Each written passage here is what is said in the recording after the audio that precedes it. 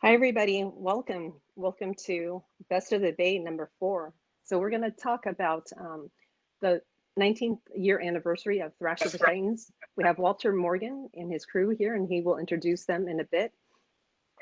Today, we also have Kimo Sanborn from Earthcrawler. He's going to premiere his new video. That is a Faith No More cover. Then I'll have him introduce and talk about it a little bit. We will also feature Phil Demmel from Vio-Lence. And we have Glen Alvelais. I Alvelais. always mess up his Alvelais. name. Alvelais. Anyway, so we will have him. So I think I'm going to start with Kimo. Do you want to talk about your? Is Phil on here? Hey, Phil. We hear you. Perfect. Awesome. Kimo, do you see everyone? I don't see anybody. Oh.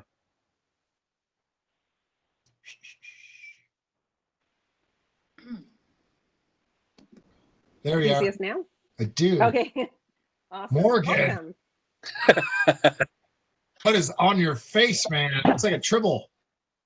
Everybody can grow a beard, and then I grow a beard, and it's a thing. But Terry Hall, you, everyone else can grow it. I can't grow one. If I had that, people would be saying the same thing. It makes me look a lot older and hopefully wiser. Yeah, you're half right, pal. Oh man, brutal. How's it going? What was happening? How are you? What do we got? Mike Murphy, Ward Quayle, all the way on the other side. Are you on the East Coast, Ward? Yeah, Maryland. Right. Kimo, what's up, dude? Much, man. How you doing? What's up, Mike Murphy? This queued up. So Phil, I was just saying, Kimo is the video extraordinaire and producer director. So they just released their new cover for Faith No More. So I'm going to have them do an intro and talk a little about it, and we'll play the video that he just premiered. Sorry. No problem. Cool. Okay, Kimo, take it away.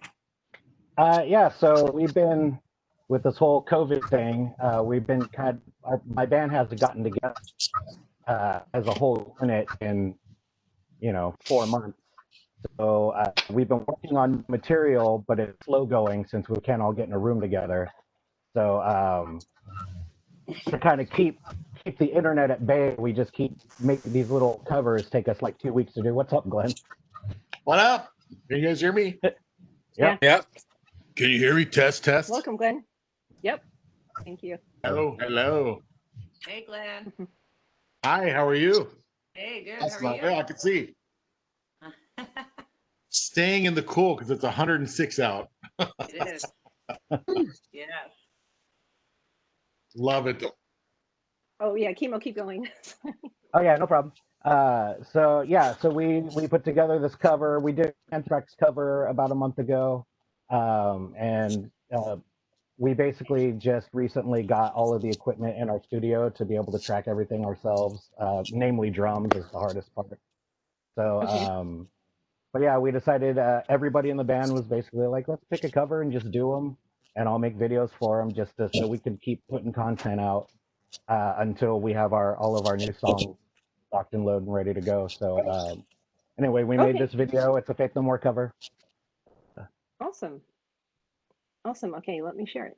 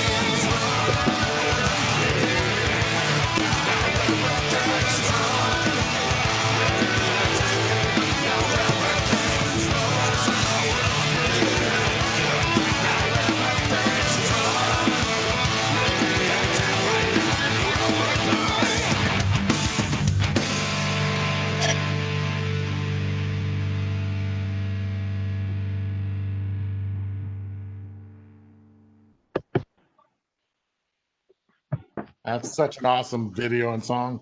That was killer. Yeah. So good. Cool. Yeah, very good. Yeah, dig it. Cool, man. Oh, I like. I've been singing this song all day. yeah, we Can't would get out like of my to head now. it on Facebook, man. You can't put that on YouTube with all the Frank Miller stuff, though, right? We can. So YouTube has this algorithm. Sometimes it needs you for it, but it's basically like free advertisement. Basically, we usually get a notification that says, you know, they've allowed you to use their stuff, but you won't be making any money off it. More like it's a cover anyway. We're not trying to make advertising money off of this video anyway. Cool. So, yeah, if it's not monetized or whatever. So whoever owns the rights basically just steals the revenue from it, which we're just trying to get views on it anyway. So A concept. Yeah, great job. thank you. What's next, Kimo? Do you have another cover coming up or an original song? No, actually, we're almost done with a song that actually our band's been working on since Glenn was still in the band. We're finally getting Triple Distilled done, Glenn. Nice. Oh, that song just was one of those songs. It might take a while. Yeah. Nick's still trying to nail down the drums on it, but yeah, that should be our next song. We're gonna release as a single, hopefully in the next month or so. Nice. Great. Looking forward to it. Thanks, Kimo. So actually, that was a good segue to Glenn. Kimo what'd I actually do? also. So Glenn has a new video and want to play it for everyone. And actually, Kimo did the video for Glenn as well. Yes. Glenn, do you want me to just play the video first and you want to talk about it after, or do you want to give a little intro about? I'll do a little intro. My dad was passing from cancer, and me and him we weren't that close. We were when I was younger. He was my hero. The older I got, the more distant I got, the more rebel I became. So we started, getting in touch again past 6 months or so. And he had told me, I'm not going to be here forever. And I'm like, yeah, whatever, it's always something with my dad, just giving me shit, So it kind of hit me when I started seeing him maybe it was about a month and a half ago. I was like, you know what? I'm going to write this next song and I'm going to dedicate it to him. And I'm going to call it Daddy Mike. That's what I called him as a kid. And so I get it done, and Kimo did the video, had Eric Hill did the mixing, and everybody worked really hard and fast to get it done because I was like, man, after seeing him the first time, I don't think he's got much time. So everybody worked hard, got it done. I took it to him, popped it in and played it, and he was kind of distracted. And he watched it. He's like, "Oh, that's a nice song, Glenn. That's a really nice song." That's cool. He's seen all the pictures of him, and I don't think it quite sank in yet.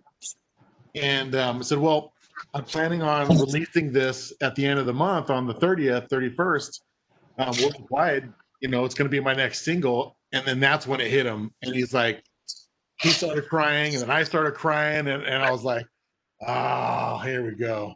So I haven't listened to this song since he saw it. He passed away 2 weeks later. And so I may have to step out of the camera. Okay. Okay. And Okay. Thanks for the intro, Glenn, and I'm sorry about your dad too. Thank you. Okay.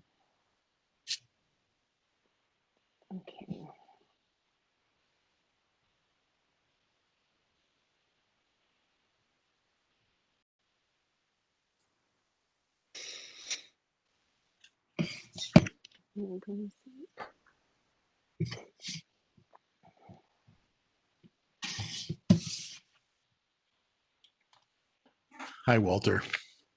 Hey. Hey, Glenn.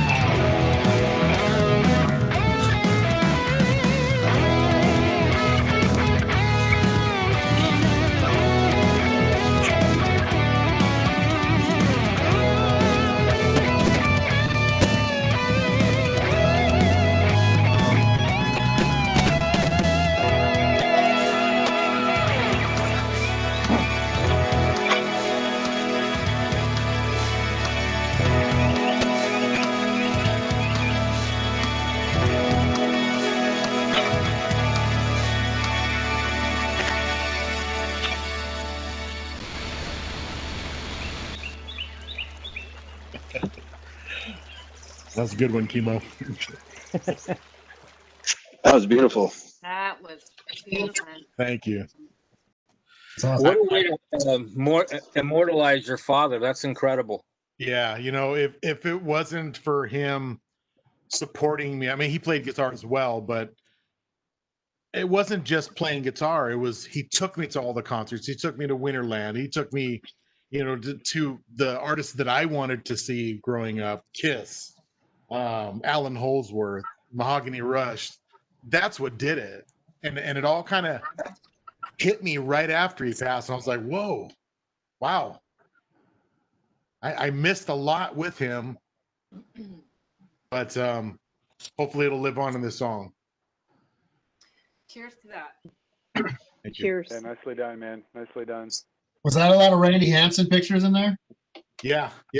He's really good friends with Randy, and in fact, I got Randy's Les Paul here. It's like a '56 gold top. Oh, Yeah. awesome. He had an orange '63 Sun. It was a orange Strat, and we had it for years. I grew up playing it because my dad and him swapped guitars.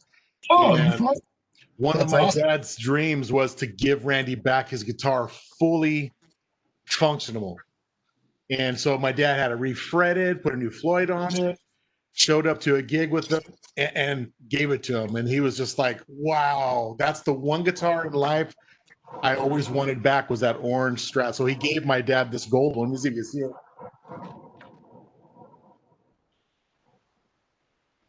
Oh, that's awesome. Yeah, it's beat up in the back, but man, it's got a tone of its own. Weird. So I'm still kind of going through all the different guitars that my dad collected, which is it's fun but sad at the same time, you know. So it's Hey, Glenn, that song did you kind of like write it in your, like, I know it sounds jazzy and kind of, you know, kind of like a little older, but was your dad an influence on how you wrote that song and how you put it together? no, not really. Other than the music that he turned me on to, Al Di Meola, Jeff Beck, huge influence, Frank Marino, you know, guitar players like that, old school, that's where it came from. You know, mix that with, you know, what we grew up with, Joe Satriani, Steve Vai, and Yngwie. It's kind of, you know, a melting pot. And these songs that I wrote was probably in 2014, a lot of these songs that I'm putting out now, because they didn't quite fit any band. And so I always said, you know, someday I'm going to put together, you know, half and half. I'll do some rock kind of stuff, some guitar, you know, whatever, solo guitar stuff, and then some heavier stuff. And I couldn't figure out how to do it. So I figured, well, you know, I'll just do one song heavy, one song light, one song heavy, just keep going like that. And then see what happens. And so it feels good to get it out, you know. That's awesome. Especially when you have a song haunting you for so long, you're like, I gotta finish it. But yeah, to answer your question, I mean, I wish I could actually played it in front of him, because then he probably would have, well, that's not a, you're in the wrong scale. He would have corrected me right there on the spot. But it's all good, and there's more coming that I'm gonna keep working on. I have, let me see, 4 more. And then I'll probably package up the whole thing and put a CD together, and whoever wants to buy it or whatever. You know, so. Oh, Someone needs to mute their phone. Phone. I think you might. Okay, it's gone. That's I awesome. muted a couple of people, but just if you need to speak, unmute yourself, because a bunch of people are bringing in noise. Sorry about that, Glenn. Hey, Glenn, for those of you, I mean, there's a bunch of people that may not really know you. I mean, they may remember you from being the first on the first Forbidden album, but can you just kind of catch us up in the past, like, 30 plus years, what basically what you've been doing, and mainly lately? I mean, mainly lately. Yeah. I was in Forbidden back in the early, was it 86, 84, something like that? 87. Did one record. Did one record, started writing the second one, and It just wasn't. I think I had the bug. I had the Alex Skolnick bug. I wanted to be Alex Skolnick and Joe Satriani. And I don't think Forbidden liked that too much, so they went with their other option, and so I kind of did my own thing for quite a while, actually, and then until '92 when I joined Testament. Joined Testament from '92 to about '98, I think was the last one with Demonic. So got my touring legs on, got to see what the world's looking like, you know. So since that time, '98, I've done LD50 was one of my projects. I've done Bizarro. I've done a couple other little side projects here and there, but then the last ones was Hate Effects and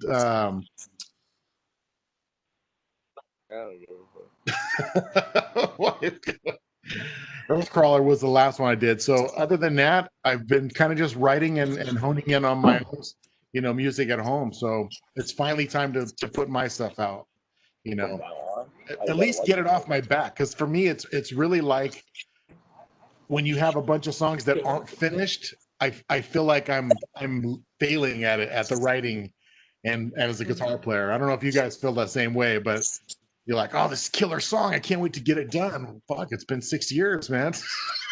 You know, so it kind of gets to me, but I'm getting it all out. I don't know what's going to happen after that, though. I really don't know. I guess I have to look for a band or something. Hi, I'm here. Is it because that you have the time because of this whole shelter in place? I mean, or what kind of spurned all of a sudden now? It's like, you know, it sounds like you've been super productive this year, right? Yeah, I've heard a bunch of songs. They sound really good. I think it's because I'm just lucky. I got into a situation with the rehearsal studios, with RDM2 Studios. I was rehearsing there. The owner was, I guess, booted out. So I ended up taking over the studio, and now I'm leasing the building. And that's allowed me to raise my kids, stay at home, take them to school, pick them up, the whole thing, play guitar, play video games. And it's allowed me a lot of time to do what I needed to do. So I think if it wasn't for the studio, I would be working a 9 to 5 and then be struggling to try to get in the guitar playing. But I think it was, like I said, I'm blessed, I'm lucky. It's because the studio. It's music. It's wonderful. Yeah, no, it's wonderful. Yeah, and congratulations, and looking forward to your next ones. But yeah, I didn't realize I saw a few, but then I've been catching up on your singles that you've been putting out. But yeah, it sounds fantastic. So looking forward to more. Awesome. Awesome. So let's move on. Phil, are you ready? Oh, I'm ready. I got a partner here too. Yay! Hey, Martha. Hi, Martha. The railroad. Cheers, you guys. Cheers. Phil, thanks for joining, and Marta. Yeah, we've You've been got so busy. I can't keep up. Got a 4-year-old in the other room that could be bursting in here at any time. Oh, yeah, we'd love to see I them. apologize now for whatever happens then. Awesome. That's He's all welcome to right. join. It happens during our 9 to 5, so it's okay. Yeah, Yeah. I wish it was 9 to 5. So Phil, what's can't keep up with you? It's all these collaborations, and then of course the stuff with Vio-Lence. Why don't you just I guess I'm not going to even ask any questions. I'll just have you catch us up. So, man, you know, this all happened in March. We own a bar. Me and wife own a bar in Dublin called the Back Lounge. Now we got shut down mid-March, just like everybody did. So, being a musician and a bar owner, strikes 1 and 2 if you're out. So, trying to figure out what to do in the interim.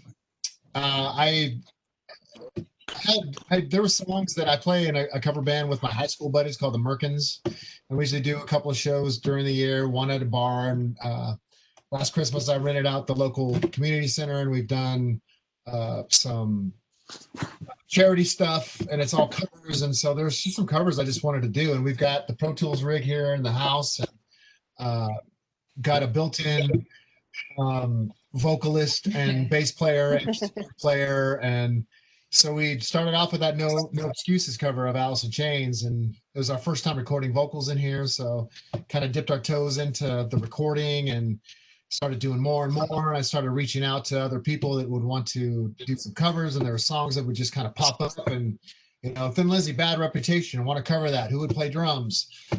So who do I want to sing on that? And I got Lizzie Hale to sing on it. And I was just kind of reaching for the moon, and all these things kind of lined up and were super quality. People were, wanting to mix and do the videos free, and we're not charging for this. There's no money in this. This is all just about friends getting together and jamming. And got Graham Bonnet to sing on a Michael Schenker song, which was amazing. Wow.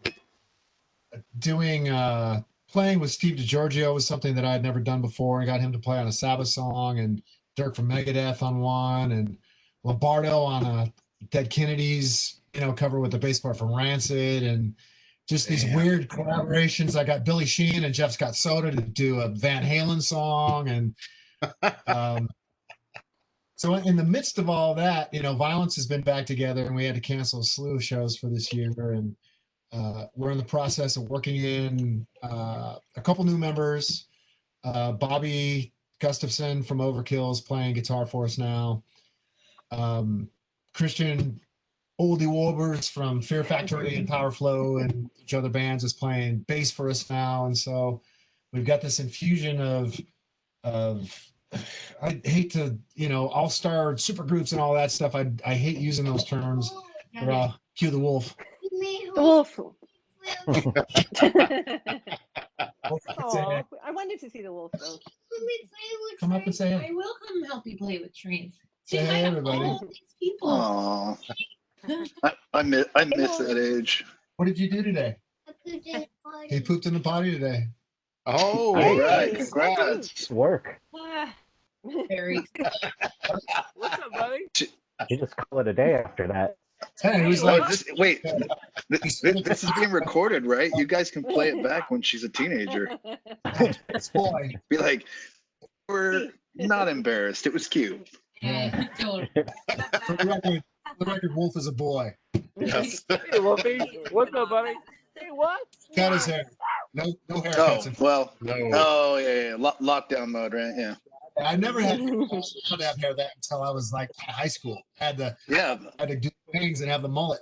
It's a style back then. Well, That's at least okay. you could pull it off. Get some Bosworth lines shaved to the side. Yes. So Vio-Lence is so we're in the midst of, we've got a release next week. We've shot a video and done a cover, because we just wanted to get some content out. We're going to release it Thursday. I'm not going to say who it is, but it is a Bay Area band. It's a Bay Area band that we covered. Video's going up on Thursday.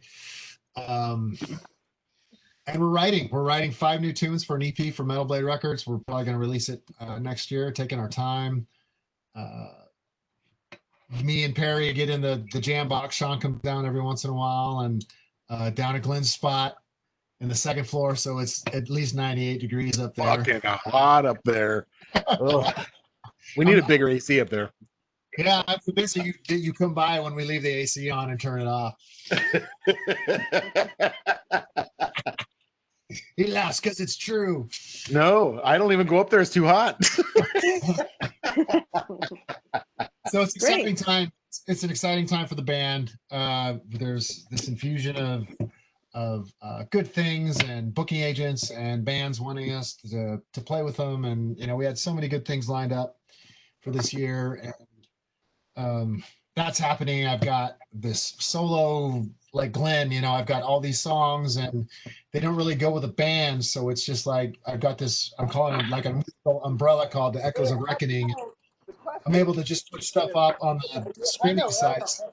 People have access to music, so they don't really fall in with. They're not thrash, but they're not, they're not acoustic or any of this. So it's just they all fall under the same, just me. So this is just a new song, blah blah blah, and so it's so fucking weird right now with everything that's going on, and no shows, and we could go, the drive-in show, or you can, everybody saw the picture today of everybody in their little box. That's everybody, Right. and I just can't wait for it to, be back to normal. And I don't have any interest in doing a social distance show or doing a drive-in show or anything, when we can get back to normal, then you're going to have 10,000 bands on, there's going to be so much tour traffic that, That's good. That's good. People are going to appreciate it more. yeah.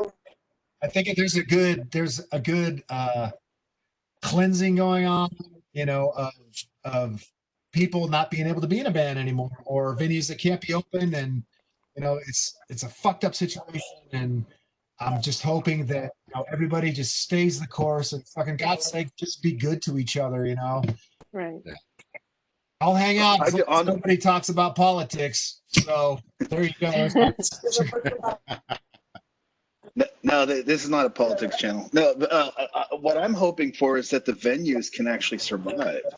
I mean, with Slims turning into YOLO, God, I just want to punch myself in the face yeah. after reading that.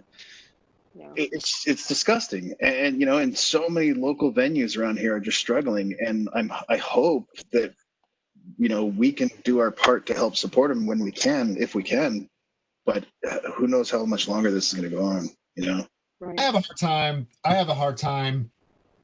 I really do, and if Sean was here, he'd probably punch me in the arm. But I have a hard time going, hey, buy our Vio-Lence merch and buy our, it's when everybody else is struggling.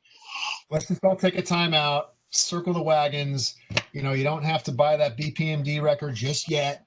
We can wait until if you're able to, then great. But if you're not, then nobody's starving in bands. Take care of your fellow man first, and make sure Yeah. people are sane and healthy before you prosper. Yeah.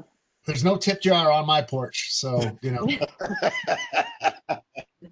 Hey, Phil, you're mentioning the drive-in. Are you guesting with someone for tomorrow or this weekend? yeah. I Let me be clear on that. I heard something. I heard something. I'm gonna go It must play be true. a song. I will play one song. I don't want to. There's no way Vio-Lence can do a socially distanced show. We are like the anti-socially distanced band. We're the band that's like no barricade. Get the monitors off. Everybody comes up and sing on my mic. There's like fuck. That's the way it would end up that way anyway. Even if it was a distance thing, there'd be a pit. So I am playing with a buddy of mine. He's in I think they're called CC Cigar or something like that, and they're at the fairgrounds. I'm gonna play one song with them at the end of the set, and just to get out of the fucking house and do something. So yeah, it's not my band doing a drive-in show. Got it. No, I thought you had to bring it up because I read that you were guesting, so I was Googling, but then I couldn't find much. So thank you, Phil, for sharing that. I went to the Journey and Hot for Teacher one there, and they actually do a pretty good job of like maintaining everybody and distancing people and the way they park everybody. So I was actually happy to see that when we went to go to one of those shows. I've heard We need great to get things. Yeah, I've heard Hellbound. great things. Get hellbound over there. Yes. Same problem. Hey Phil, what happened to your finger? I noticed you're wearing a or is that your left hand or your right hand? No, between, I don't know if anybody has seen what I've been doing in my backyard, but I've moved like 90 cubic yards of dirt and concrete and clay. So I've been working with this demolition hammer for months now, and I've been golfing too and playing fucking guitar, and my middle finger is it's swollen up and partially dislocated. So That's your right hand, right? picking up that little fucker is, I can't close my finger, so it keeps me from re-injuring it. It's on the left. Hey Phil, is there any video? I mean, you've been putting out so much stuff. I didn't even know what to pick, so I wanted to ask you if there's something that you wanted to share with the group here, since we have a lot of people that are Phil fans. Anything you want me to share from YouTube or anything? Who, me? Yeah. I've got 8 of those cover things. Just go to the YouTube channel and you guys. I mean, is there anything? Do you want me to share something in particular? I'm sure. You know what? Play the Loss of Control Van Halen cover. Loss of Control Van Halen. Okay, hang on, let me go find it. With Billy Sheehan, Jeff Scott Soto, and Dave McClain doing his best Alex Van Halen. Hang on. This one was the most fun. And Billy Sheehan, I didn't download his video because if you guys are familiar with WeTransfer, then you have so many days to get a link. And I didn't, in the midst of all these songs I'm doing, I didn't download his video and I lost it. And then he said that he couldn't find it. So it was at the 11th hour, like, come on, Billy. And he's not answering anybody's calls or anything. You know, not even Jeff Scott Soda's in a band with him. He's not answering anybody's calls. It's like, fuck, I can't put this up without Billy Sheehan, you know? And he finally said, oh, I got it on this other computer and found it. So I'm really glad that he did. Okay, I think I found it. Did you see loss of control? That one? Loss of control. Yeah. Yeah, I got it. Okay. Get ready. Put iced tea in their Okay. Dave McClain. So to preface this, there's a famous David Lee Roth quote at the US Festival where he's talking about the Clash and Jack Daniels and Ice-T. So that's where Dave McClain is. We're doing a parody on that line. Oh, okay. Thanks for the backstory. Did you want to say something before I start? No, nothing. I'm not saying nothing. No. Cool. It's just floating around. Okay. Yep, he's floating. All right. Look at Dave. That's awesome. Jack Daniels bottles are the Clash, man. That's so awesome.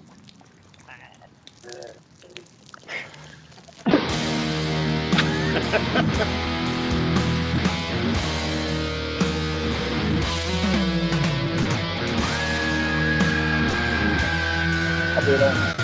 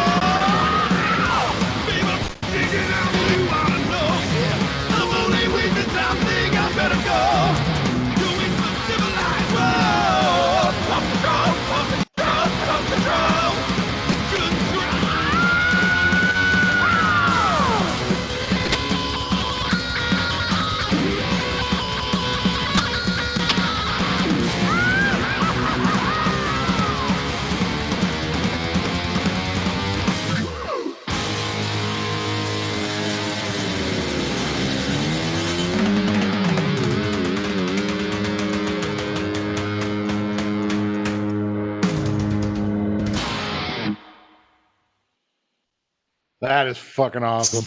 Okay. Awesome. Such a fun Yeah. cover. That was fun. Not an easy song, man. Not an easy song. No, that's not. No. Wow.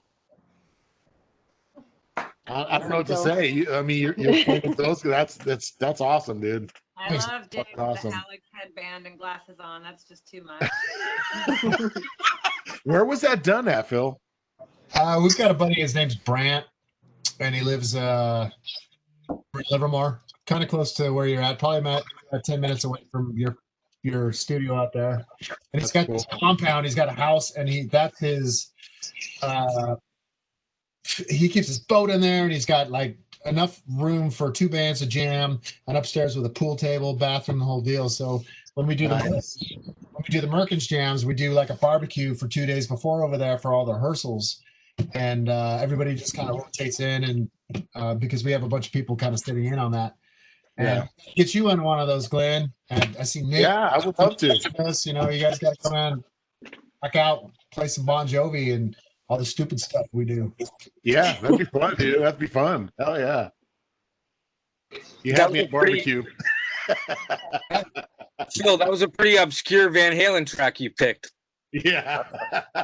Yeah, I like picking like some of the deeper cuts.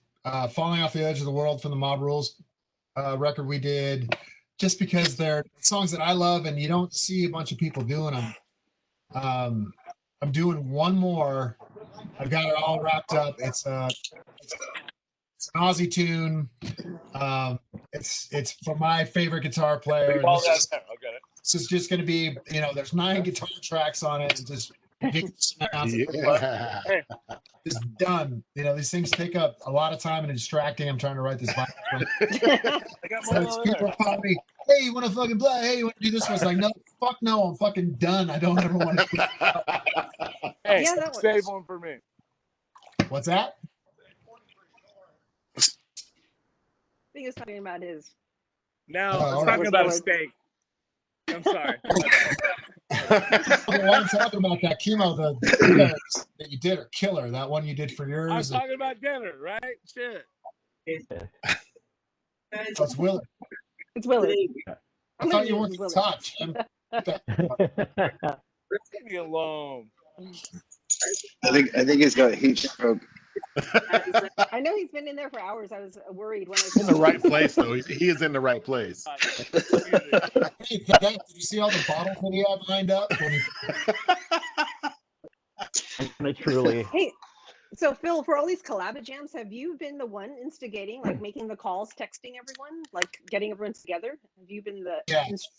Oh for wow. the most part, see it on my YouTube. Then those are the ones that I have put together. Wow. I did one with Phil Buckman, who is in Fuel, and he was in Filter, and we got Lucas Rossi, who was on the Supernova, the Rockstar Supernova thing. We did a Muse song with Brian T. And that was one that I didn't. That was his. But even the Jericho one, Aces High, that I did with Nita Strauss and Chris Jericho, and That was cool. Johnny from Avenged Sevenfold. That was mine initially. He got Johnny, and then in true Jericho fashion, just said, "All right, I got my team on it. We're gonna have it mixed here. We're gonna film it here. We're putting it up on Spotify." He's trying to get a whole radio campaign for it. So Wow. the dude is a genius. I don't know if he ever fucking sleeps because you say I'm busy. That dude is 10 times. I just like Jericho. Awesome. Cool, Phil. So how many? I mean, I think I read some article recently, and you said you had 3 songs written, and it's a 5-song EP. Is that would that be correct, or what's the latest on? Yeah, at that point we had 3. As of last week, me and Perry got together on a Saturday. We finished out number 4. Sean's now, and these songs are insane. I've always kind of written riffs that are hard for me to play. And even in, the previous band, I'd play something and go, all right, this is what I'm hearing, and Rob was such a good guitar player that he would, he'd get it down and I'd work myself up to playing.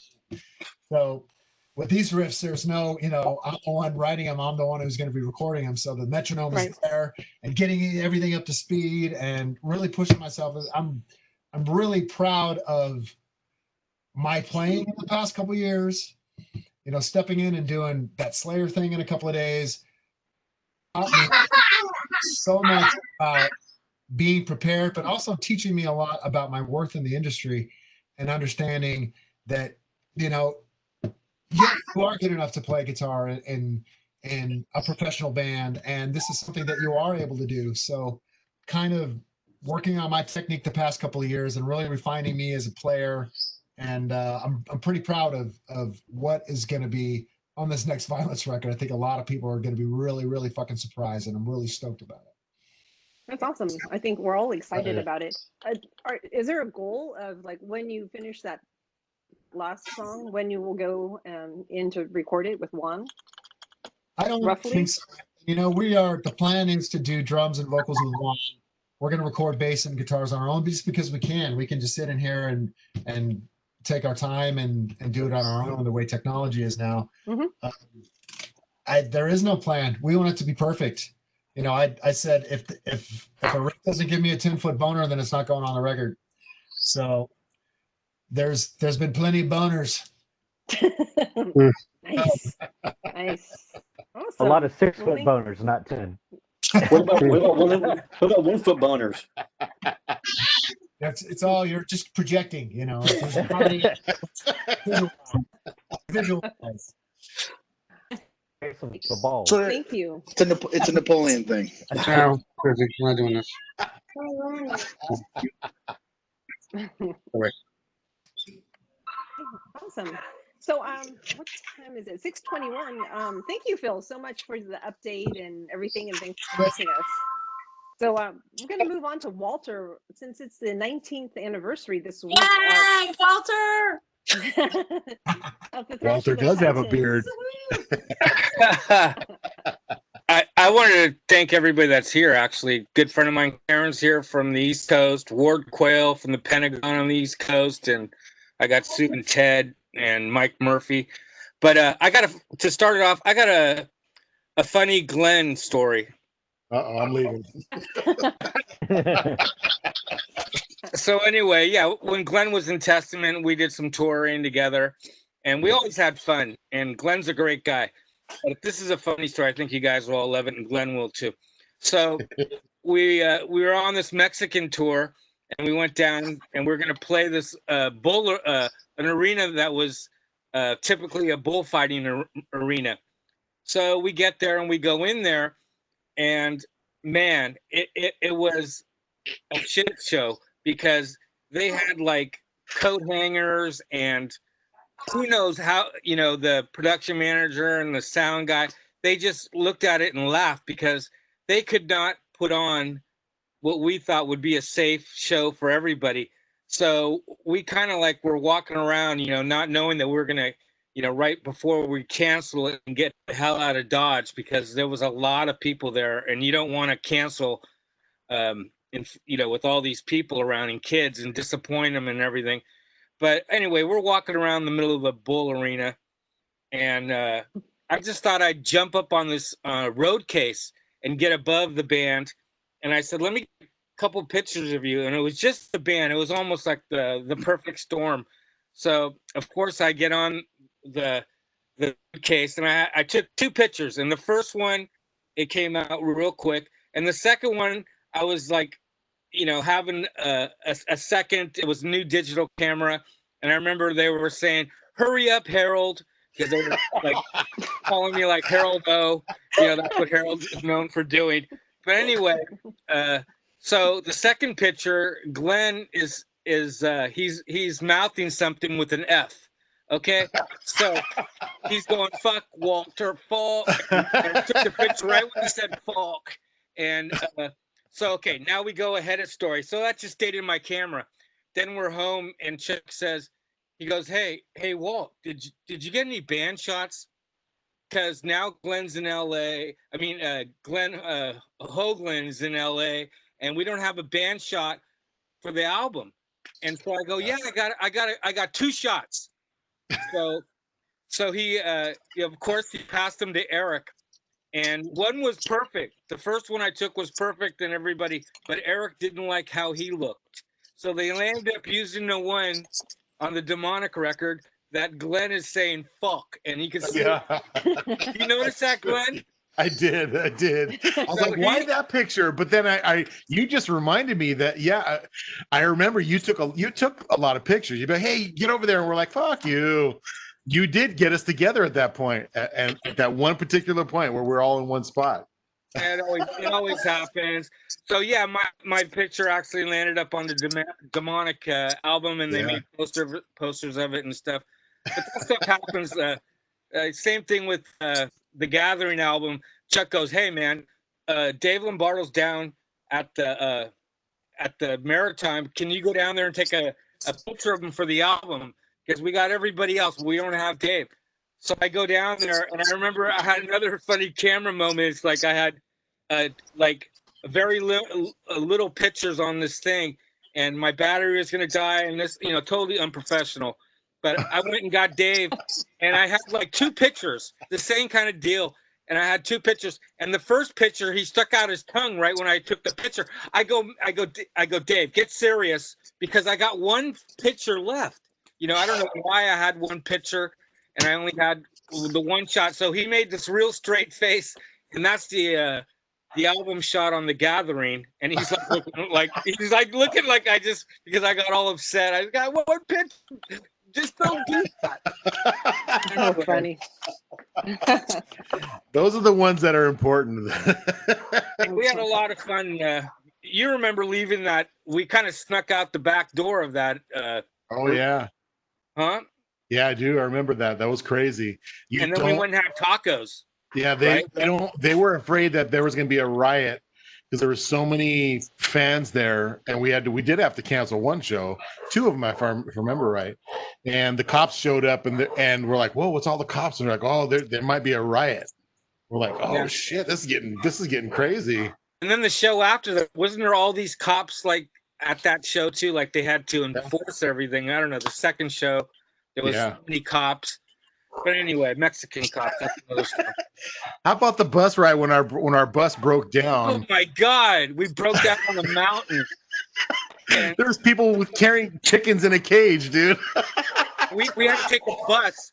We broke down and it was freezing, and literally we could get hypothermic. So we had to make the decision to leave the bus. Nobody's going to come and get you off a mountain in Mexico. There's no AAA. So we had to get off the bus.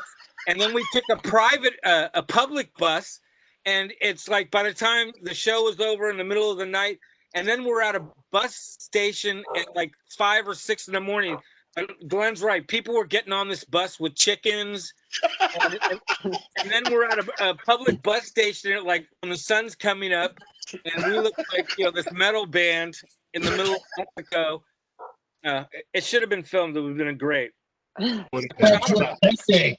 Yeah, and I wasn't wearing my poncho. Go figure. Damn it. I know.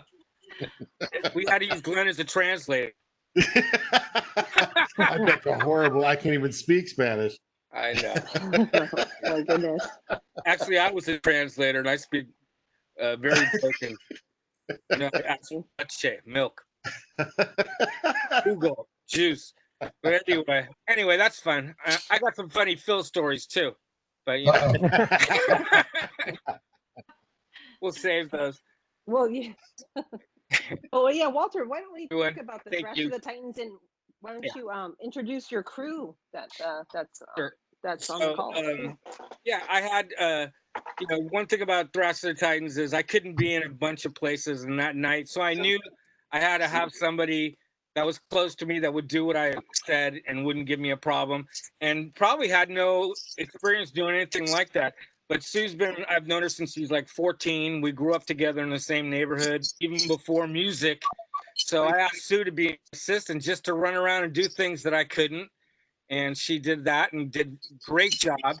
And then I had Ted Davis, who also known before all this music scene broke. I've known him since early high school too. And he's one of my best friends. And I had him. I said, you need somebody to pick up all the band members from the airport. And it's not going to be like a fanboy or do it professionally. And I thought, well, Ted's perfect for that. So Ted was actually the driver of all the bands back and forth. And he did some other things. You don't have to remind me because it's been so long. 19 years, my God. And then I got Mike Murphy, and Mike's great because he's so versatile. He's the business. He's been around in the scene, and he's done a lot of things. And actually, I had the lighting guy was Mark Workman, who did Slayer and Machine Head and a bunch of other great lights. One of my favorite lighting people in the world. But he couldn't do a 14-hour show. And I knew that Mike did lights, just like I do lights. Once they say, "Hey, you got to do lights," Mike does lights, and he's done Death Angel, done many bands, and he's done it. And actually, he was the liaison for Death Angel. He kind of like was their road manager that night. And then from that gig at Thrash the Titans, he turned out to be their tour manager. So those three, I just asked for 3 people that I wanted that were working for Thrash the Titans. I didn't want to ask a bunch of musicians unless Glenn showed up and Phil happened to show up. But we could talk more about Thrash the Titans. So how it happened. Chuck got diagnosed with the cancer, and his cancer was a weird cancer. It was where it was. He had a testicular cancer, but it wasn't in his groin. It was in his chest, and the mass was so huge, if you can imagine, bigger than a squash in your chest, connected to your heart and your lungs and in your chest. And that's what he got diagnosed with. But before all that, you have to talk about Chuck the Man. Chuck's one of the strongest people I've ever met in my life. He's also one of the smartest guys I've ever known. I don't think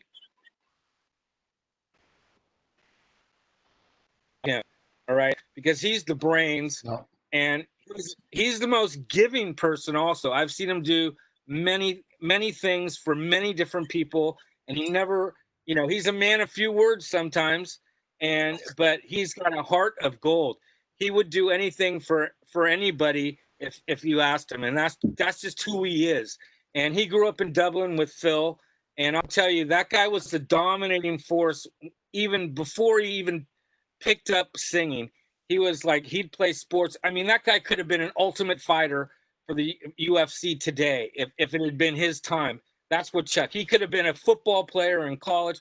He could have been a sports star. Whatever he picks up, he does well.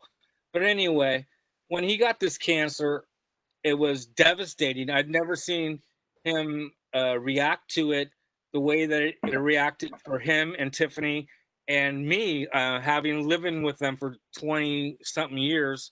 But I knew that at that point, it was devastating. We didn't know if he'd ever sing again, And at the time, he had a full-time job also and doing Testament on the side. He worked with Lang Trucking, who Willie Lang, rest in peace, Willie. We all love you. But Willie was he was like Willie's right-hand man, and it was a Lang Trucking, a big multi-million-dollar trucking company, and that's where he worked. And my whole idea of Thrash the Titans, when I thought about it, I knew that Chuck had insurance. The medical was not a problem. And if that ever came up later, I have to say that I finally get to say, I didn't do it so they would pay for his medical bills. No, that wasn't what I thought. I just wanted to take the stress off him, that he could continue to make a house payment, continue to make a car payment, whatever, continue to live for a year. That's why I did it. And I thought, wow, if I could do this, and I thought it was going to be small, I thought it was going to be a small, of course, it was a snowball, and one of the first people I called was Debbie Abono. And, I told her my idea to get a bunch of bands together and how I thought that it could evolve into this big event. And she right away, she told me that it will never happen because she knows all these bands and she knows all the politics. But from that moment on, I knew that it was one of the easiest things. People think, oh, it must have been hard to do that. No, it was the easiest thing in the world, because I'll tell you this. When I asked all the band members, and Phil can say who, I think Tiffany asked him or Chuck himself, whoever we asked, it was all yes, yes, yes. There was no anything. They would have done anything for Chuck, and all of them did. You know, of course, there were That's a couple true. hiccups on the way, and we'll talk about that. You know, one of the first bands that I called, and this is a heartbreaking thing, but it's the truth on how it happened. And I thought about it. Like, I had no idea that it would turn into what it turned into. So I'm just looking, just like Sue, Ted, and Mike Murphy, I'm looking for close friends of mine. And one of the first guys I thought of was Steve Esquivel. And at the time he was in Skin Lab. And I thought, wow, it would be cool if I got Steve. And I knew he'd be up for it. He loves Chuck. So I called him and asked him if Skin Lab would play. And he's like, for sure, I got you. Okay. Okay. So now we go months later, and all these bands start snowballing, and everyone's reforming and all this. And now now we're 9 bands deep. And, I had Chuck had me said, hey, well, this really, Skin Lab really doesn't fit this bill anymore. And I had to call him up and tell him not to play, but to play we had a night before, like a pre gig for Thrash of the Titans at the Pound, and he played there, and so did MOD, Billy's band. That was supposed to also play, but we had to move to this pre-party. Anyway, that was that thing. So a lot of things like that happened, and one of the other hiccups is with of course, in Glen's part, and I'll tell this story.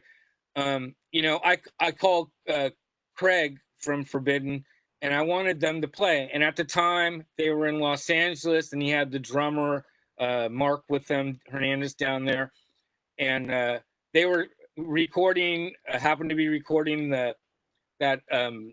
his Man-Made God project that he thought was going to, he put his heart and soul in it, and it took a long time down there. So I asked him, and right away he said, I can't do it. Forbidden will not be in this because I have this project down here. I can't get any free time, and we're in the middle of it. That you got to understand. And I said, okay. So I got off the phone with him, and I told Tiff and Chuck, Forbidden. And then Tiffany said, you know what? Let me call Paul, and you call Matt. And Matt Camacho. So she called Paul. He was in. I called Matt. Of course, he was in. And then I thought of Glen. I said, let's just get Glen and Tim Calvert. Now, these two never played together in Forbidden. And that night they did. It was like, that's incredible in itself. And then there was Steve Smythe, who was in Testament at the time. And I thought he was a perfect fit for Forbidden because Tim couldn't come down to the practices. So I suggested to Forbidden if they could use Steve Smythe. And look how well that worked. Steve landed up playing with Craig and Forbidden in the years later. But, I got Glen. And then I thought, well, I'm not going to call it Forbidden because that's Craig's kind of thing. But I got Glen. And when he confirmed, and Russ and Paul and Matt, it was almost forbidden. I said, let's call it Forbidden Evil. So that's how that happened. And I know that Craig would have done it if he could, but I wish he would have played. I sure do, because Craig is Forbidden.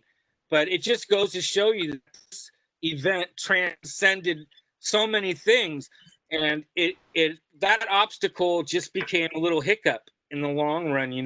So I thought that was funny. Some of the other things about Thrash of the Titans, SOD and Anthrax had never played a show together, and they did that for Chuck. And in fact, SOD has never played a show since. So that was the last show for them. Now, Exodus had Paul in the band at that time. Zetro wasn't in the band, and Paul was. And that was his last big gig. He played a couple more little tiny shows, but that was Paul's big send-off.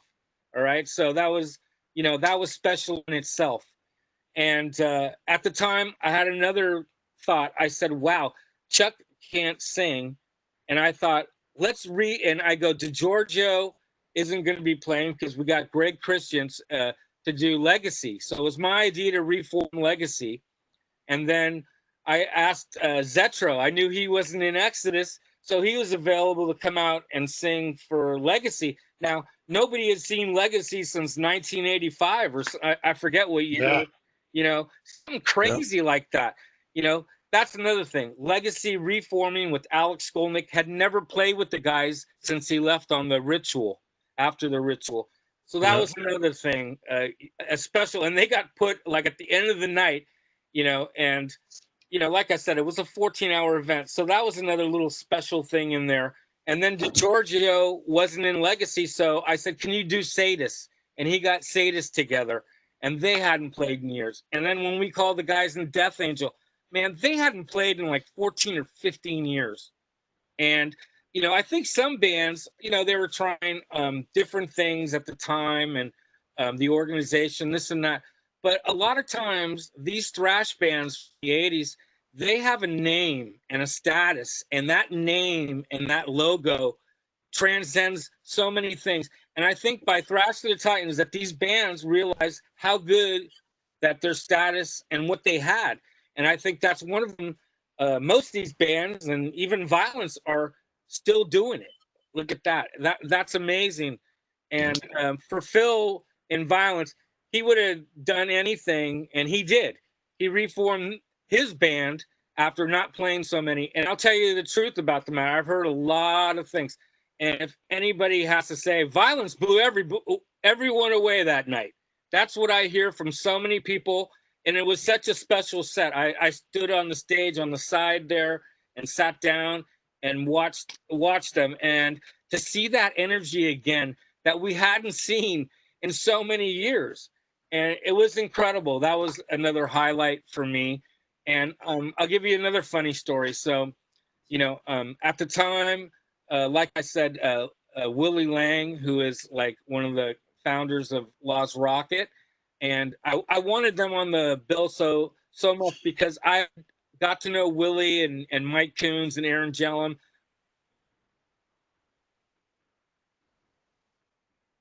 They used to play 2 nights at the Stone with lines down the block sold out. Metallica was opening for them.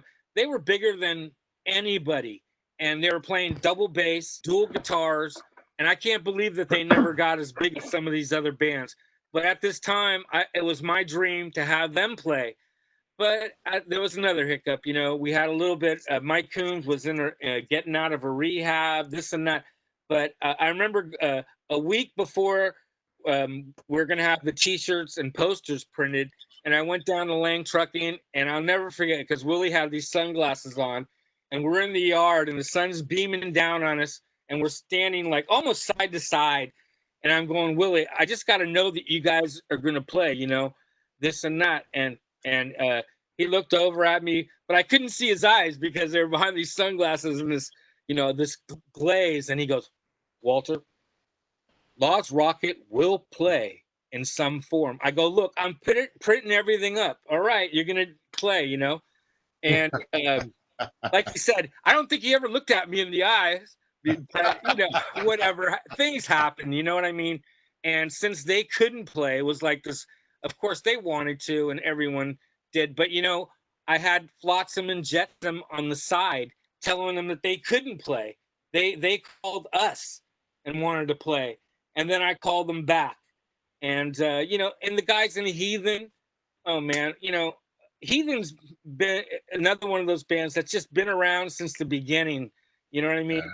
And they never got enough credit. Another great band, and another easy reform. I mean, everything happened. I mean, it was an incredible thing. It was an incredible experience, and I think it revitalized thrash metal in the Bay Area, which at the time, if you have to look back at it, it's like all these bands weren't playing. We had no scene anymore. I mean, when we go to a concert, it's like a high school reunion. Even more so because in high school, you knew these guys 20, 30 years ago. We've known our group of friends know each other for 35 years in some cases, even longer, and some a little shorter. But when we go to a show, it's like a high school reunion, but it's a metal thing that's never gotten old. I mean, I'm 60 years old. Look at me. I mean, I was doing this in my early 20s, and I know that Phil and everyone else was, and we still see each other, every 3-4 months when things were playing and everything was going. But I think at the time, metal was almost dead. But look at all these bands and what they've done. I mean, even Sadist is going on, Vio-Lence is doing this, Death Angels come out with some incredible albums. Exodus kept going, and now they're in full swing. Testament's bigger than they were back then. They're bigger. Everything. This is kind of like a springboard, because it just made everybody, gave them a little taste of that stage that they had forgotten, and the crowd and the fans that they flew in from around the world to see this event. And I think that all the band members, and Phil and Glenn, you could say they hadn't seen some of them in years, but you know what? They lived in their hearts that music, and they're still listening to it like it was put out last week. They're still listening to that music, and there's this great need for heavy extreme metal, and it was dead at the time. And look what happened. If it didn't happen that way, we'd all be retired, right, Phil? We'd be going to your bar and talking about the old days. You know what I mean? So those were a few of the things. Who did I miss? Did I miss some bands in there? Tom Araya came. I think, Ted, did you pick him up from the airport? Tom and his wife and his kids. Can you guys hear me? Yeah. So I dropped him off at the hotel. He had to take the kids back to the hotel, so I had a nice conversation with him.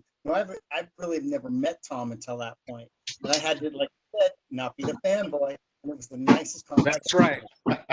We'll let you talk about that in a second, but I'll also say that, there were a lot of people behind that people didn't know behind the cause that couldn't be there.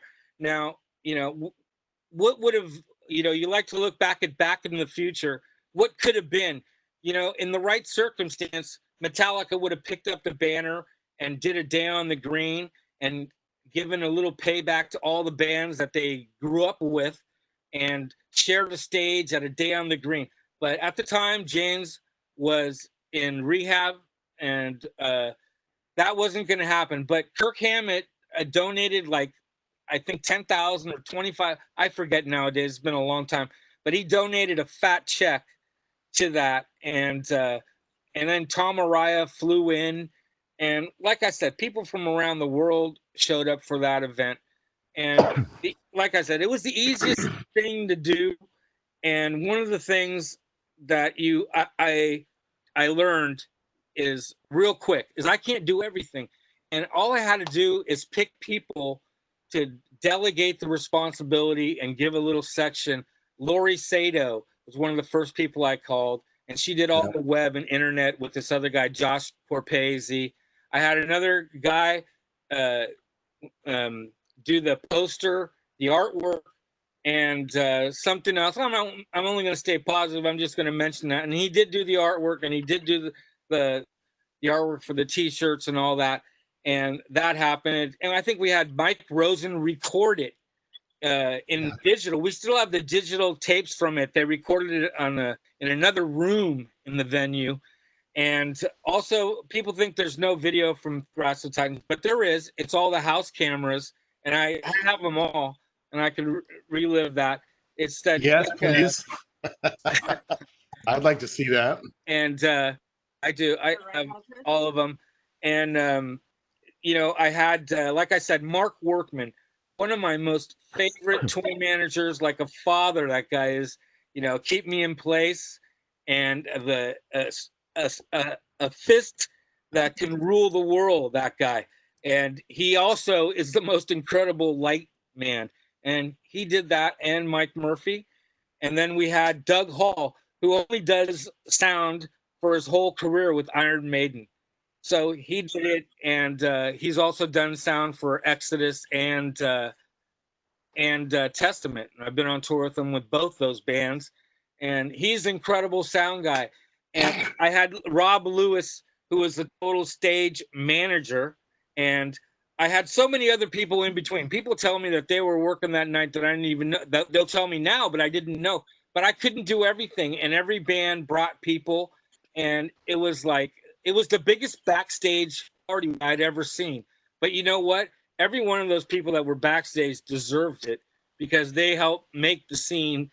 And it was such a, Debbie Bono was there. That was like, to see her come up to me and tell me that I did it, so a lot of heartfelt, I just remember telling people as the show was going on, I said, are actually bands coming on and off the stage? That's all I cared about, because I was walking around trying to do a million things.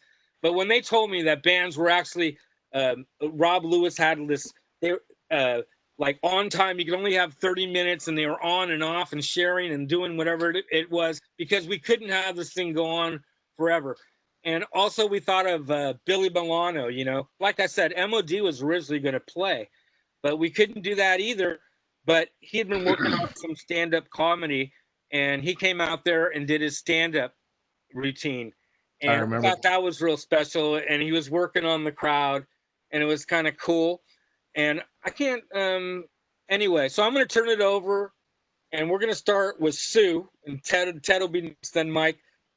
Sue, like I said, I don't even know what you did all for me that night. I told you to do some things. I know you were handling business, but here's Sue Nimmer.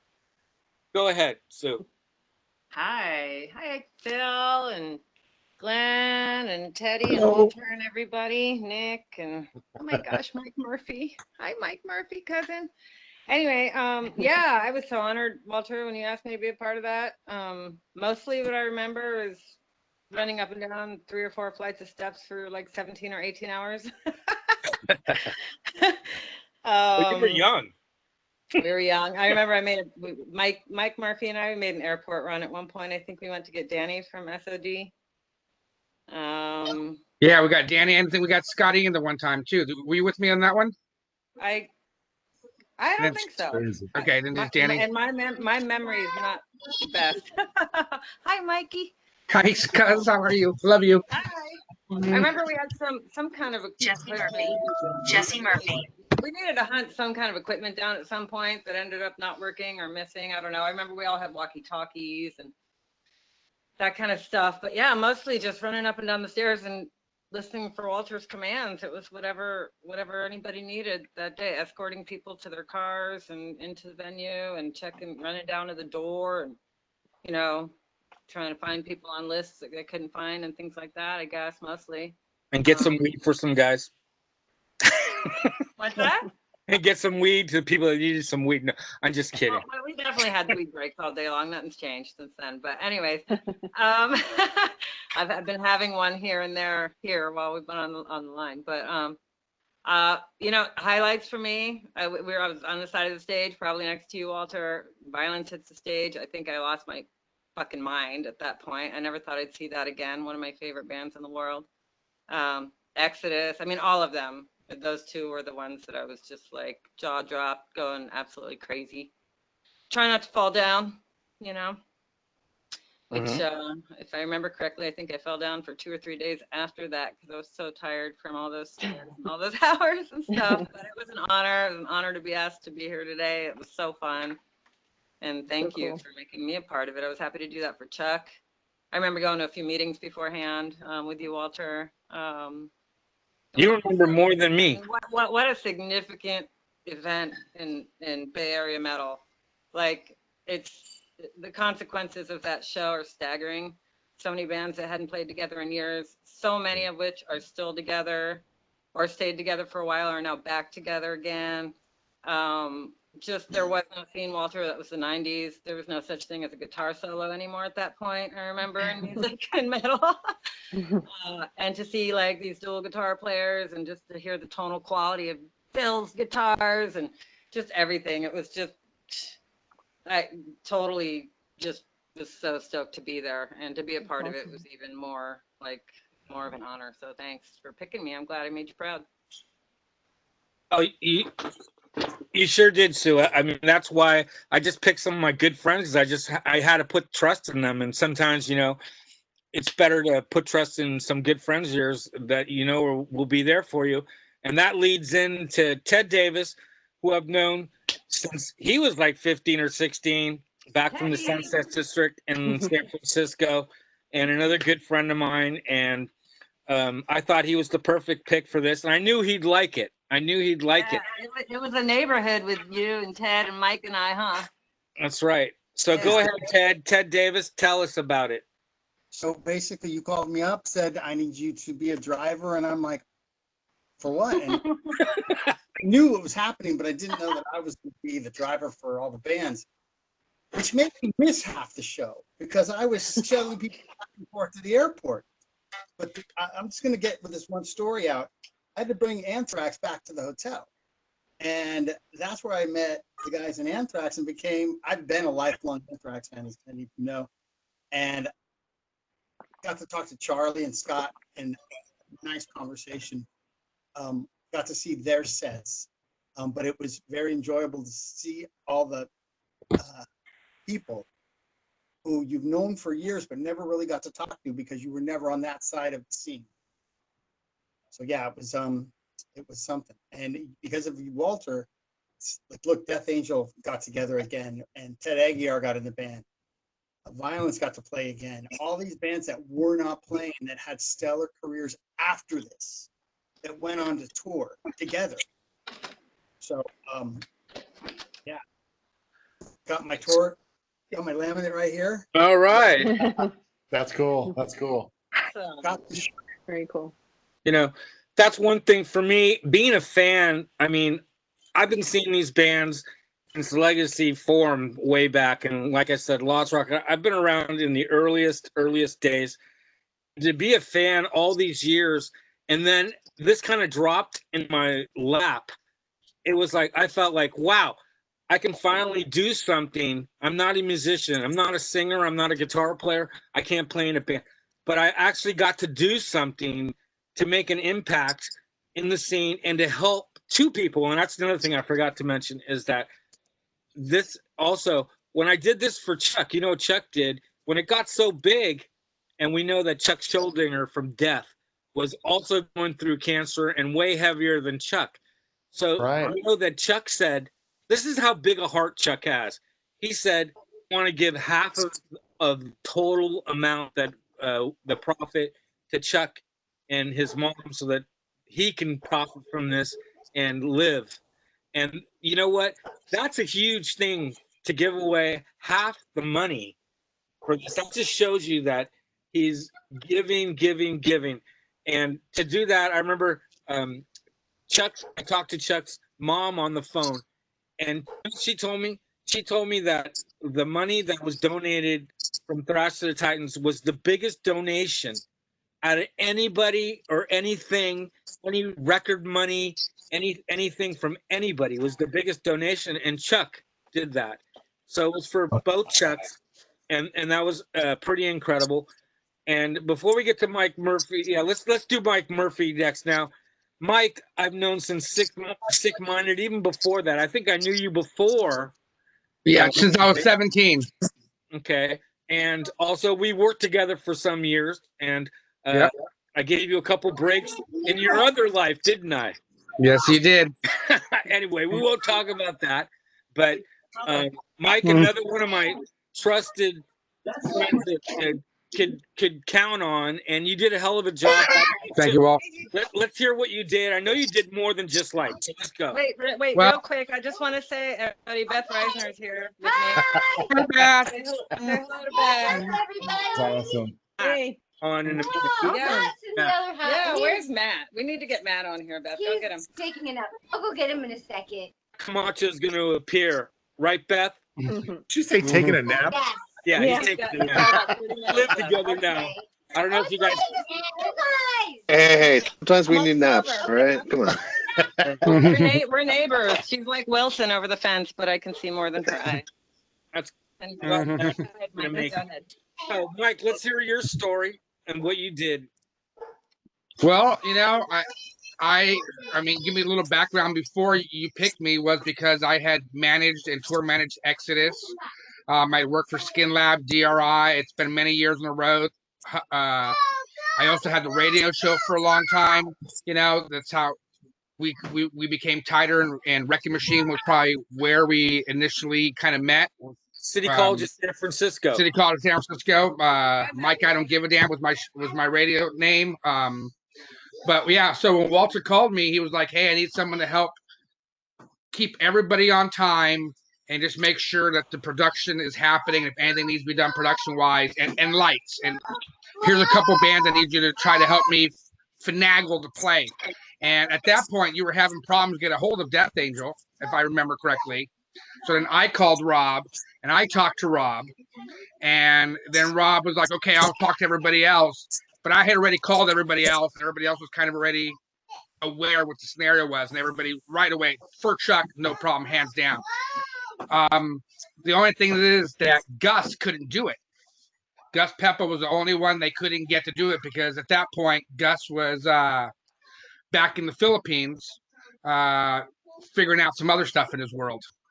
And so they were looking for another guitar player. And at that point, they were going to dress a good dear friend of ours by the name of Mike Bercali, who played guitar in Dennis Peppa's band at that point, Big Shrimp.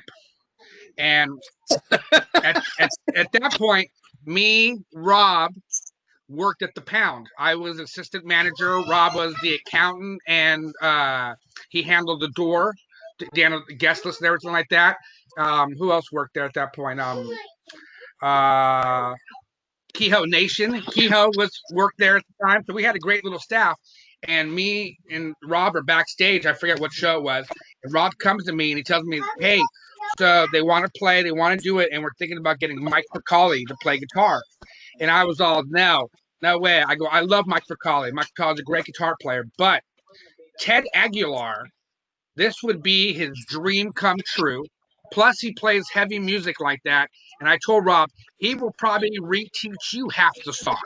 Because Ted, for as long as I've known Ted Aguilar, when I worked for the organization, Ted was always the guy front row in the center, wanted to see the band, diehard organization, Death Angel fan. I mean, I introduced them and everything. And Rob was like, "Oh my God, it sounds great." And then I called Ted and told him, "Hey, Rob's going to call you. You're going to be in the band." And,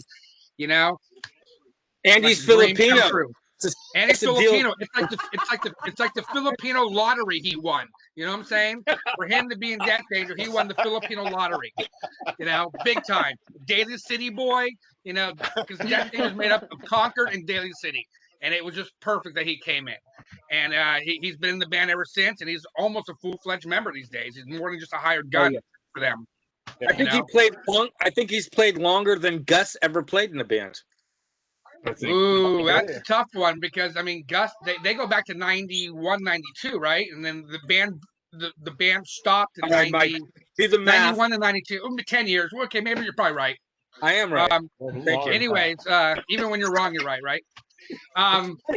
But so that was my main thing, and then I got to do lights for a lot of the bands because I did lights at the what do you call it? At the where was the show at again? It was at the Maritime, but we also had a lot of lights there. Oh, you know what was crazy for me though? Two things happened for me that week. One, I don't know if you guys remember, my close friends remember this, but my mom passed away that same week. My mom had passed away August 3rd, and that show was the 7th or 8th of August, something like that. Is that right? It was like 7 days later. So I had to put my mom's funeral together, and then, be the liaison for Death Angel and get them helping them with the rehearsals at the Pound, and then get them to play and do all the stuff for you and your show and help you with everything else. For me, that was a pretty moving time because, my family knew that for years I spent a lot of time on the road with the organization, DRI, Exodus, all these dudes. I'd be gone for months whether I was in Europe or in the States or Canada, wherever we may roam. And I could have easily been like, "Walt, sorry, I can't do it. My mom died," or whatever, But for me, it was like the show must go on. And my mom always pushed me to finish out what I was doing and always encouraged my whole music career and everything. And from when I played in the band, Sick Minded, and played bass. So that show really kept me from losing it, in all honesty. Even though I wasn't as tight with my mom as I was with my grandmother who raised me, she was still my mom, and if it wasn't for that show and the music and the friends and the whole spiel that came from behind it, I probably would have lost it. Could have had a nervous breakdown for all I know. Sorry, I got dogs running around crazy right now. And I just appreciate that you gave me that opportunity to shine at another level. And I'm really grateful for that. And then you went on to be Death Angels tour manager, and then we toured together. On Death Angels tour manager, I was Exodus's manager at one point, right in between all that. And you picked me to with be Paul Bailoff. I like that. You know, I had to deal with Paul Bailoff. You know, that's a chore in itself.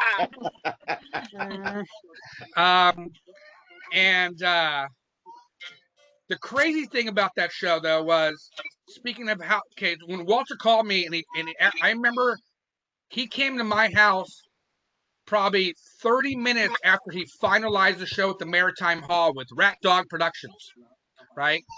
And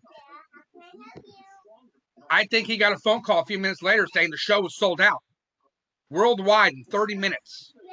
And when that show happened, for me, being that I had roadied for a bunch of bands and tech for a bunch of bands, I was running into people who I would only see if I was in Holland or if I was in Kansas City. And they were all like, "Oh, Murph, what's up, dude?" And I was just like, it's such a surreal feeling for me because we're spoiled as hell, us Bay Area kids. For us to see Death Angel, Exodus, and Testament on the same bill was like a normal Friday or Saturday night for us. You know, how many times have we gone to the Paradigm? Remember the Paradigm? Go there, and Defiance was playing, and whatever band Glenn was playing was showing up and playing in between. I mean, it was just a normal day for us. You know, how about the fact that if it wasn't like shows on the weekends, right, there was a party somewhere during the week. There's always a party. And the house band was always chaos for whatever reason. Right? But yeah, it was just, you know, that was a special thing that all those bands got together to do and to help out Chuck. And at the end of the night, I remember, like Sue said, we ran around all day long. And I remember the equipment thing. Now that you mentioned it, it was a speaker that blew. Yeah. And it belonged to the club, and the club was so pissed, but I don't remember who somebody stepped up and was like, "Oh, we have one in our studio." You know what? I think I went to Go ahead, hon. I think we called Secret Studios, and I went and got one from Secret Studios. Something like that. I remember calling Glenny from Skin Lab. Oh yeah, maybe it was Glenny. Yeah, and he was at Secret. Yeah. Or something. He had a warehouse or something at the time with his own stuff. Yeah. Anyways. I remember that. Yeah, we did, and we had to go get it in the middle of the day, and it was just insane. Yeah. But that's what it was about.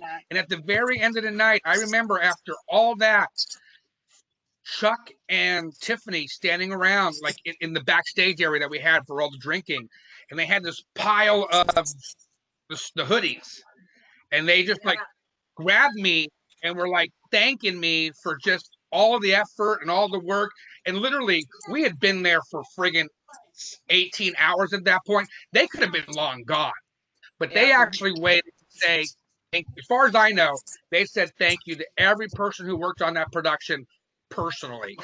And that is tremendous. You know, that is just something that I think about that a lot, just in my own personal world and how, whether it's a guy coming over to work on the plumbing or whatever, I want to say thank you for what you did for me and my family and blah, blah, blah. And it's one of the things, paying it forward. And it was a great thing. And I was really proud to be a part of it.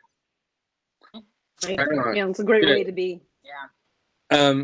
Yeah, I'd like to hear from Phil and Glenn to talk a little bit about playing and how your mind and everything else that was going on that night from another perspective. So which one of you guys first? Yeah, Glenn. Well, for me, I mean, if you would have asked if you know, is it possible Forbidden can get together to play a show for other than Chuck, but we probably would have said, nah, it's not going to happen. But when it was for Chuck, that was completely different. Having been in a band with Chuck, and even if you haven't been in a band with Chuck, he's a cool motherfucker, period.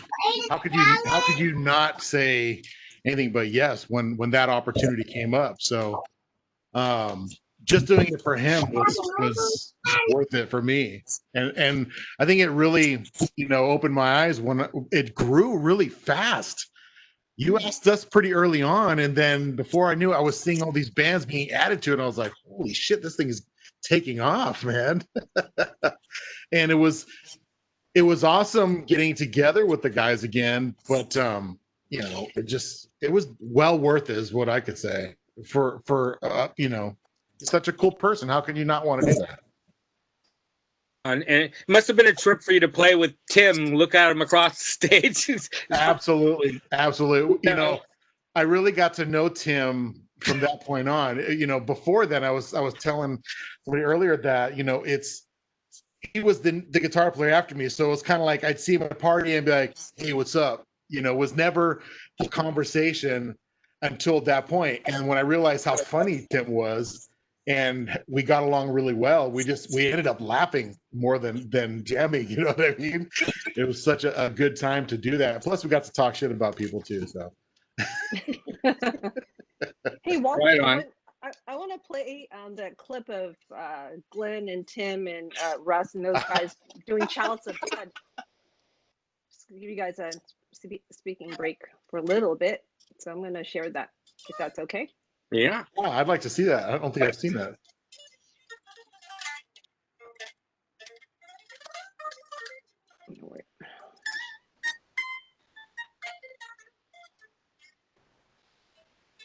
Yeah.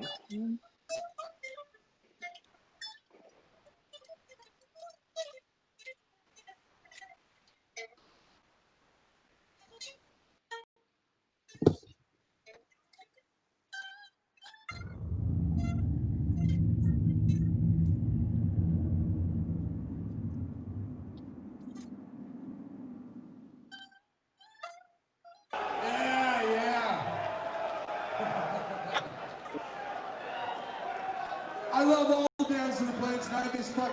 This whole movement was really cool when it happened, and definitely is still here, because of you guys, man. Anyway, this one's called Chalice of Blood.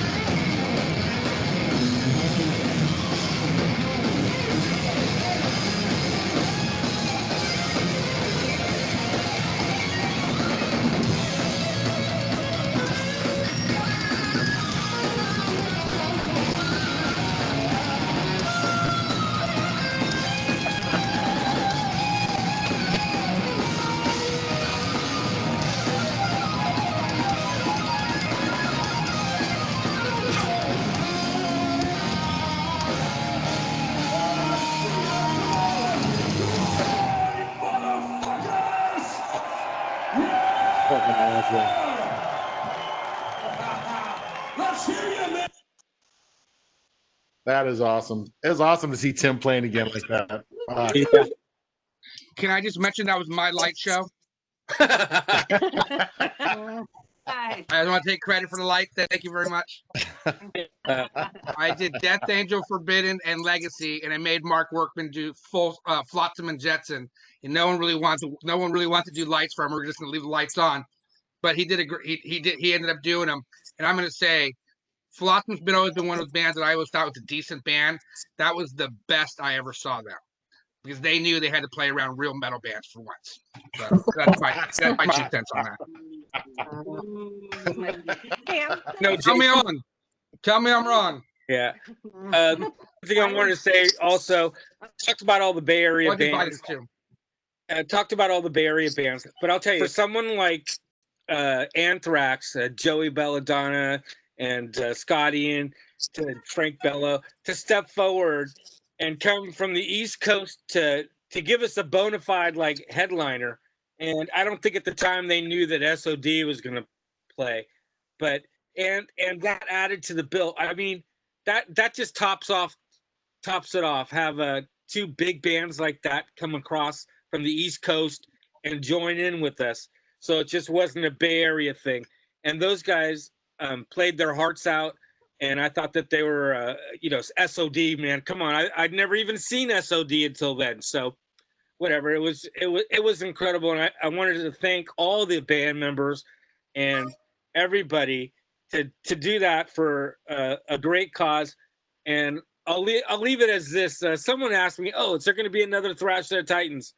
And I always say that never say never, but the only way there'd ever be another Thrash the Titans is if somebody needed it that was in the bands that performed that night, or someone close to us. If someone needed it and needed a benefit of that magnitude, I think everybody would step up again. But thank God that's never happened. So we don't ever want to think, only, something bad will bring this back. And that's the only way that this could ever happen again. So I'm hoping that this never happens again, and that Thrash the Titans stands on its own. And 19 years later, I cannot believe it. It doesn't feel like it. But no. No, we I need want to hear Phil's story. Let's hear Phil. I want to hear Phil's story. I got booted off. I don't know what happened. I got booted out, but slipped back into the party, man. Mark said it was cool. Let me in, man. Yeah, it was, man, what a weird time. The end of the 90s, and everybody had bleached hair and hair gel and short hair, and nobody knew what they were doing music wise. It's such a weird fucking time for music. I had a band called Technocracy going on at the time, who was guilty of very poor fashion choices. We did well, I don't know when Walter called. Did you call me, Walt? It was either you talked maybe directly to Chuck. I think it was you. I think it was. Yeah, okay. And I don't know how early on that we engaged that. We hadn't played together in 7 years, I want to say, since Sean quit and we started Torque. And so it had been 7 years at that point that I was at the gig. I was torn as to who to ask to be in it, because we didn't end on such a high note with each other. It was pretty well-known fact that Perry and us had a very bad breakup in the early 90s. Rob and us weren't on good terms when we broke up. So we had decided to, and even, God, I remember the Dean was on the fence. Of course, that's shocker to the world. Dean Dell is non-committal to something that we're doing. So we had to decide, me and Sean were into it, but who were we going to get? So we talked to Rob. Rob was entertaining it, and then said, well, if it's a benefit, then I'll get Machine Head on it and we'll be a bigger draw. So Machine Head will be a bigger draw. It'll help out the charity more. So didn't hear back from him. So we got Ray, who replaced Rob back in the day. We got on board with Perry, squashed. We buried a lot of hatchets. Got Perry on board, and Dean was still kind of non-committal, and he didn't know it. And I don't even remember why, but I remember we had a conversation with Jason Newsted, and Newsted was in to do it, but he wanted Rob. He wanted it to be the original lineup and Rob, and that couldn't happen. And for whatever reason, then Dean got back on board. So it's always been drama with this band. You're talking 2001. We had been apart for 7 years at this point. But once we got together to rehearse, I was working for a door installing commercial doors. So it was Caldor and Hayward, and we were in this huge like warehouse building, and we put our amps together. And once we turned it on, it was just on. You know, I got goosebumps thinking about it. And we busted into Eternal Nightmare for the first time, and we knew that it was, you know, it was magical. It was cohesive. It was like we hadn't left. And in a lot of ways, it wasn't a good thing, but in most ways, it was really positive. We're stoked about playing again and seeing all the, you know, it was the time of the easy boards and all the message boards, and everybody is all the, you know, the emojis were new and shit, and everybody, you know, everybody's getting excited. That got us more excited, and we really wanted to, you know, back in the day, we weren't afraid to play with anybody, you know, on a level playing field. And I would say that is still the case, that on a level playing field, we are not scared to go on in front of anybody. But nobody wants to play after you. That's what I hear. You were saying that August went on late. We went on second to last. They had to follow us at about 1 a.m. or whatever it was. And it was something about that you're right, Walter. It was magical. It was a magical night for a lot of people in a lot of different ways.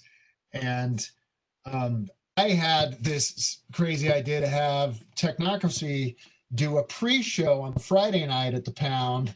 So I got Lamori to book the Friday night before, and you know, it's our new band. The record's coming out. It's this big CD thing, and there's a lot of, you know, like Zet's band F-Bomb opened, and I did like two, or I forget, but like White Bread played, and it was, you know, everybody's in from out of town, so it was like this perfect storm of, we're here the night before, we want to raid, so come down to the Pound, and it was just this.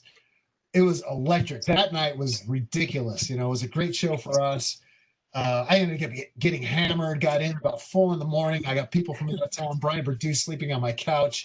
I'm waking up still wasted. It's time to get out there. You know, I can't find a parking spot. So where was Ted Davis picking me up from the airport, man? Parking 2 miles away.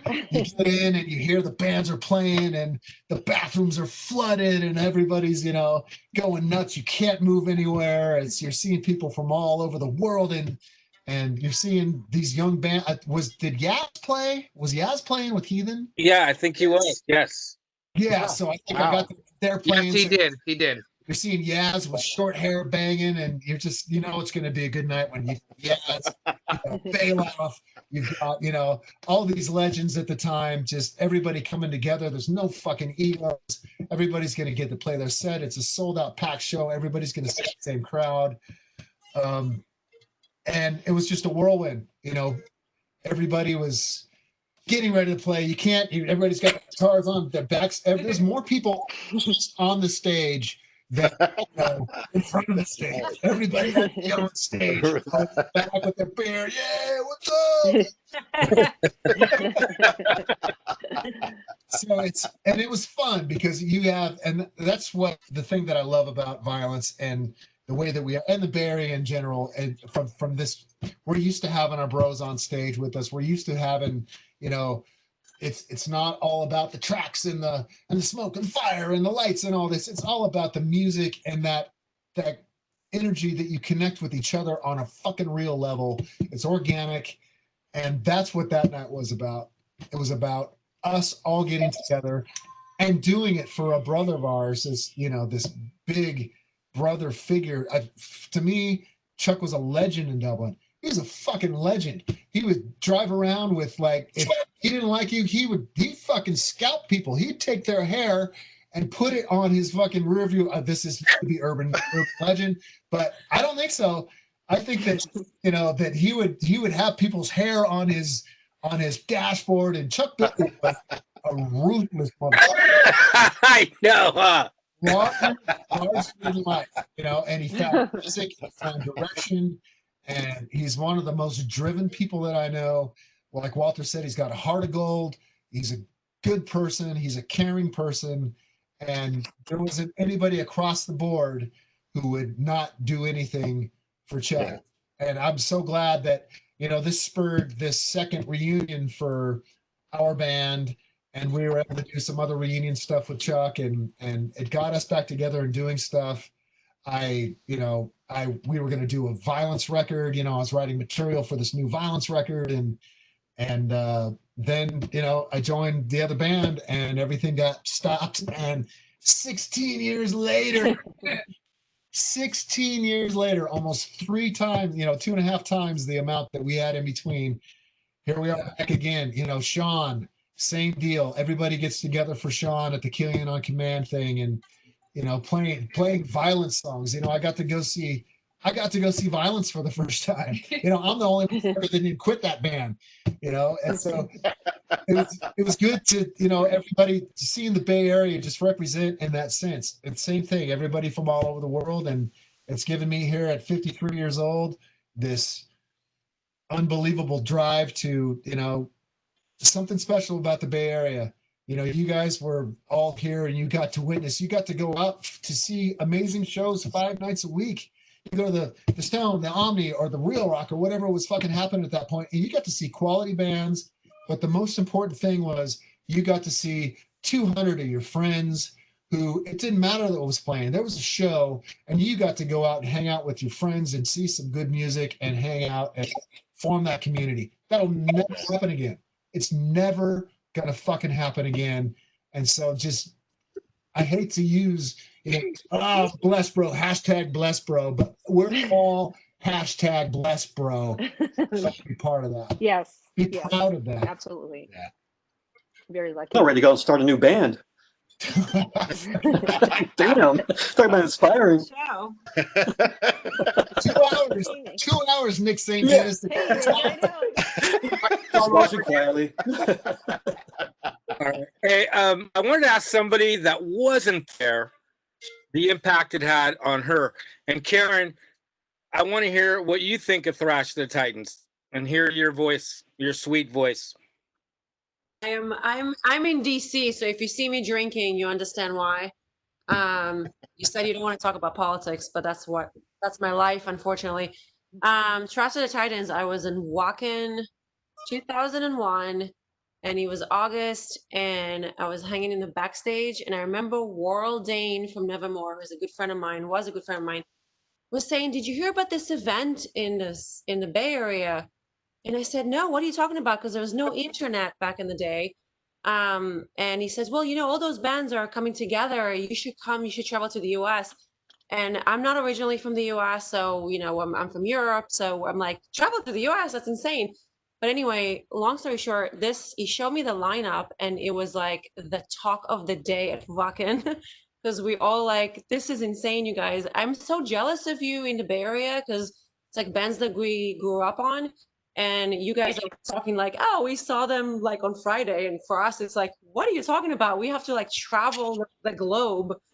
So I'm super jealous. I love this. But the cool thing about it is hearing about Thrash of the Titans, 2 years later, Walter and I became really good friends. So it's really cool that he was the organizer. So that's my connection to the group. Hi, Karen. Thanks for joining. That's awesome. That's good. I wanted to play Vio-Lence's Eternal Nightmare from that, and I think we're at the 2-hour mark, but I would love to. Yeah, don't play it. It's cute to watch, but don't listen, because we were fucking. It's amazing that everybody says that we blew everybody away, because we sound like utter dog shit. We're so. It was just awesome seeing you guys get back up there, though, because right. I think we were all anticipating that energy that you guys did, you know, back in the day, and you guys brought it again, right? I don't. For me, I kind of fanboyed out. I was like, oh shit, this is gonna be fucking big. This is gonna be big. And sure enough, when you guys came out, I was like, oh fuck. I don't think I played maybe half of the notes. I was. It didn't even matter, dude. Because all right, I'll try this one. I didn't preview it, so hopefully the quality is okay.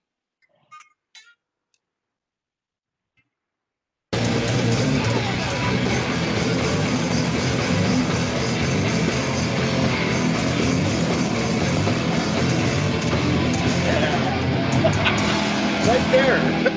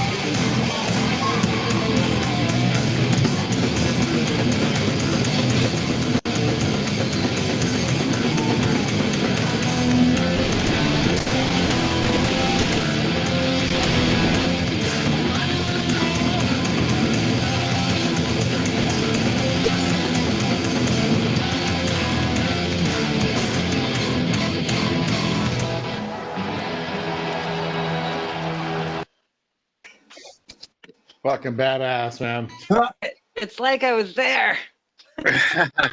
Hey, I'd like to throw in too, that You noticed, the Violent show is something special because of the energy that it brings, and it makes the fans react to it, and it gives back to the band. It gives us electricity.